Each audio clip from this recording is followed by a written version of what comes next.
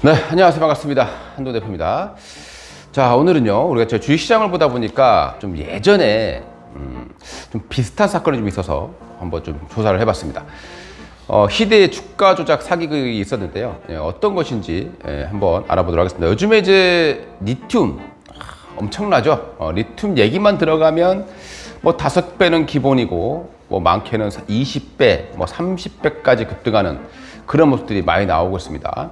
뭐 예전부터 과거부터 뭐 1800년대부터 보면요, 항상 이렇게 원자재, 어떤 근자재와 관련된 무슨 개발건이라던가 여기에서 항상 이렇게 사기극들이 많이 있었고, 그리고 주가 폭락도 많이 발생한 바 있습니다.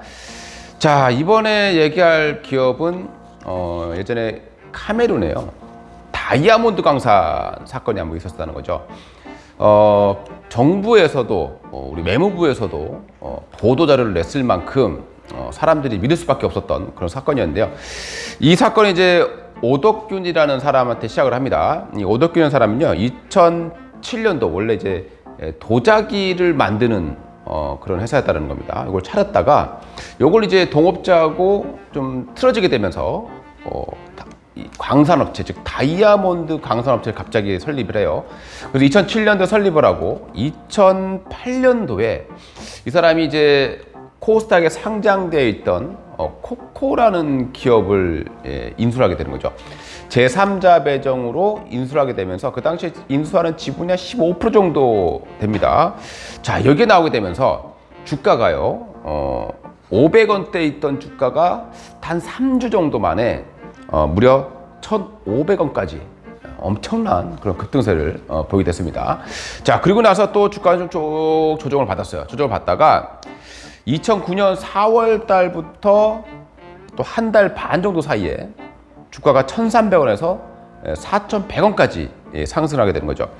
자, 이때 이제 여러 가지 의혹이 제기가 되기 시작합니다. 그러면서 주가가 이제 쭉 또 조정을 받게 되는 그런 모습들이 발생하게 되는 거죠. 그러다가요, 2010년도입니다. 2010년도 중반경에 외교부에서 이 카메룬의 다이아몬드 강산, 자, 여기에 대해서 보도 자료를 낸 겁니다. 자, 그러다 보니까 사람들이 신뢰할 수밖에 없었고, 주가가 3,000원대에서 14,000원까지 수직 상승을 하게 되는 거죠. 그러니까 바닥에서부터 올라간 상승폭을 보게 되면 500원짜리의 주가가 14,000원까지 올라가는, 자, 이런 모습들이 발생했습니다. 자, 그리고 2011년도에 18,500원까지 올라가면서 이제 고점을 찍게 됐습니다. 자, 바로 CNK 인터내셔널이라는 그런 기업이 되겠습니다. 주가 조작으로 사상 최초로 외교부 압수수색까지 있었던 그런 사건이 되겠고요. 2010년 12월에 압수수색이 들어갔다 보시겠습니다. 자, 주무부처가 아니라는 거죠. 주무부처가 아닌 외교부가 보도 자료를 배포했다라는 거고요. 이때 보도한 자료를 보게 되면 카메룬에서 최소 4.4억 2천만 캐럿, 뭐 시가로 따지면 수십조 가치가 될 것 같습니다. 이 다이아몬드 개발권을 취득했다라는 소식이 전해진 거죠. 자, 그러면서 주가가 폭등을 했다라고 보시면 될 것 같습니다. 자, 그런데 이제 사람들이 보니까 이거 매장량이 좀 과장됐다, 이런 얘기들이 많이 나오기 시작했고요. 의혹들이 계속 제기가 되기 시작했습니다. 자, 이때 이제 뭐 외교부가 압수수색을 받았던 이유는 김 전 대사가 이 보도 자료를 배포하게끔 좀 압력을 넣었다라는 부분 하고요. 그리고 위증 혐의를 좀 있었다, 이런 부분 때문에 조사를 받은 거고요. 이때 당시에 뭐 일부 지인들이 또 CNK 인터내셔널 주식을 또 샀다라는 소식도 전해지고 있었습니다. 자, 그런데 결과는 최종 결과는요, 이 김 전 대사는 무죄 판결로 결론이 났습니다. 자, 그리고 사람들이 의혹이 제기가 되기 시작하면서 외교부에서 이 보도 자료를 또 갑자기 삭제하는 그런 사건도 발생을 했습니다.